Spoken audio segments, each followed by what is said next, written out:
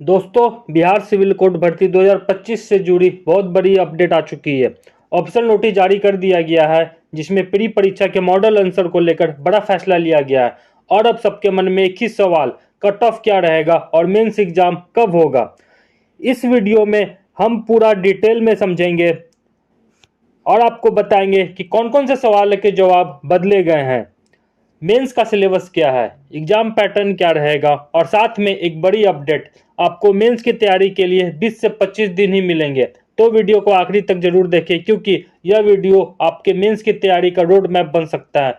और हाँ, अगर आपको 65 प्लस मार्क्स आ रहे हैं प्री में, तो लाइक और कमेंट करके जरूर बताएं।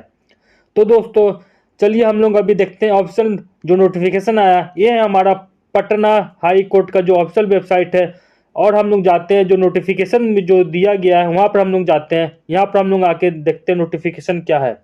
तो थोड़ा सा जूम कर लेता हूँ पहले। जैसा कि दोस्तों आप स्क्रीन पर देख रहे हैं, पटना हाई कोर्ट ने क्लर्क भर्ती परीक्षा के टेस्ट का आंसर की को लेकर बड़ा अपडेट जारी किया है। तो क्या लिखा हुआ यह हम लोग पढ़ते हैं। Considering the expert opinion on the objection raised by the candidates in respect of model answer of the pre-test held on 22/12/2014 for the post of clerk of employment notice number 01/2022, published wide notice dated 23/12/2024, and thoroughly discussion, the committee resolves as follow। मतलब क्या हुआ, 22 दिसंबर 2025 को हुई परीक्षा में कुछ सवालों को लेकर उम्मीदवारों ने आपत्ति जताई थी। कमेटी के थ्रू डिस्कशन के बाद यह निर्णय लिया गया है। तो क्या निर्णय लिया गया है वो हम लोग आगे देखते हैं। यहाँ पर आप देखिए, पहला क्या बताया जा रहा है। The model answer of one identical question from the first shift of the pre test, question number 87 of set A, question number 72 of set V, and question number 57 of set C, and question number 32 of set D be modified to the extent that 2 of 4 option B and C for the said question be correct, and the candidate who either opted option B and C shall be given the marks for the said question। ठीक है, ये उसके बाद B में क्या बोला जा रहा है। The model answer of one identical question from the second shift of the pre test of question number 40 of set A, and question number 60 of set B, and question number 65 of set C, and question number 5 to set D be modified from option C to D। ठीक है, और last में rest objection were found invalid. मतलब क्या हुआ, इसका पहला shift के जो एक सवाल थे उसका ऑप्शन जो बी और सी का दोनों को सही माना गया है, और दूसरा शिफ्ट का एक सवाल का सही उत्तर सी से बदलकर डी कर दिया गया है। बाकी सभी आपत्ति जितने थे उनको इनवैलिड कर दिया गया है। तो जिनका सही ऑप्शन बी और सी है उन्हें मार्क्स मिल जाएगा। मतलब इसका बात किया गया है, जिसका ऑप्शन बी और सी दोनों टिक किए हैं या उसमें से कोई एक टिक किए, उनको मार्क्स मिल जाएगा। चलिए हम लोग देख लेते हैं वो क्वेश्चन क्या था आगे। तो आगे में हम लोग क्वेश्चन देखते हैं। यहाँ पर आप लोग देखिए, थोड़ा सा जूम आउट कर लेता हूँ मैं इसको। यहाँ पर जो 85 से 87 नंबर जो क्वेश्चन बोला गया है, यहाँ पर हम लोग आगे देखते हैं। इसकी बात कर रहा हूँ मैं। बी ए की माँ है, सी बी की बहन है, और सी बी की बहन है, का एक बेटा डी है और एक बेटी ई है, तो एफ डी का मामा है। इसके बारे में बोला गया है। तो इसका जो ऑप्शन है जो बोला गया था, ऑप्शन सी, ऑप्शन बी और सी दोनों को इसमें सही माना गया है। ठीक है दोस्तों, अब हम लोग बात करते हैं सबसे जरूरी सवाल, मेंस एग्जाम कब होगा। तो प्रीलिम्स के रिजल्ट के तुरंत बाद लगभग 20 से 25 दिनों का समय मिलेगा मेंस की तैयारी करने के लिए, और ऐसा माना जा रहा है मेंस एग्जाम 10 से 12 मई के बीच आयोजित किया जा सकता है।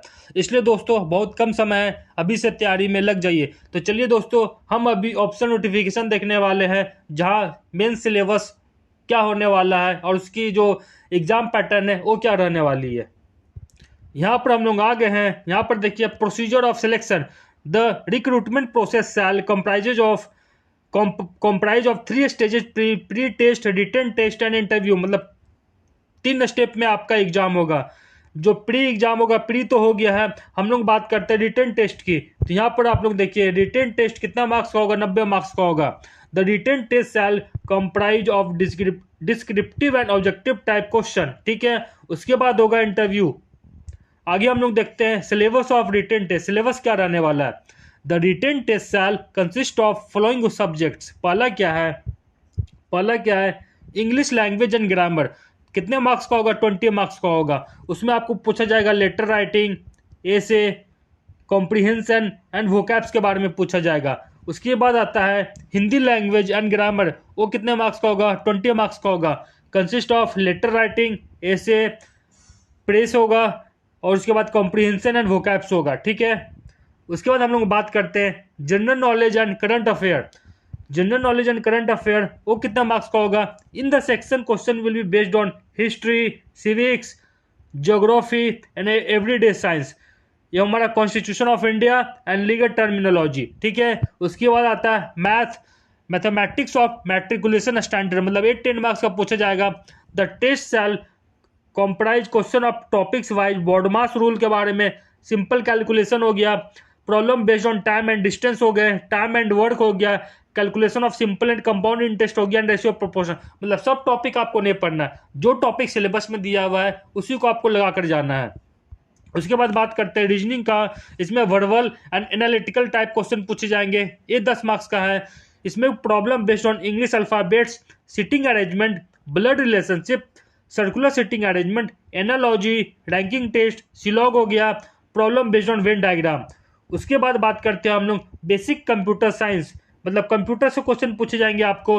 History of computer, fundamental of computer and terminology, computer abbreviation, basics of hardware and software, keyboard shortcuts, operating system basics, basic functionality of MS Office Word, मतलब MS Word, MS Excel and MS PowerPoint, मतलब तीनों, internet terms and services, networking and communication, security tools and viruses.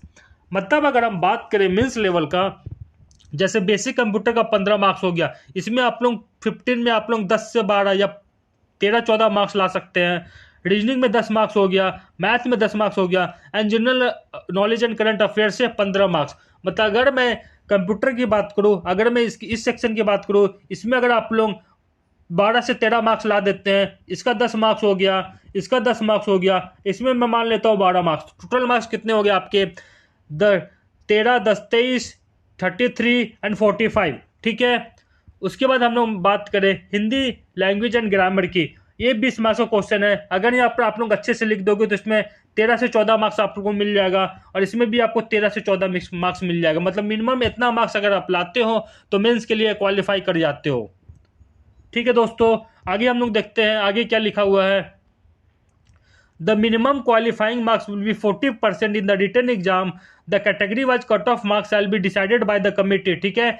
The pre exam तो हो गया, उसका exam कभी आपका इसमें मेरिट में नहीं जोड़ा जाएगा, ठीक है।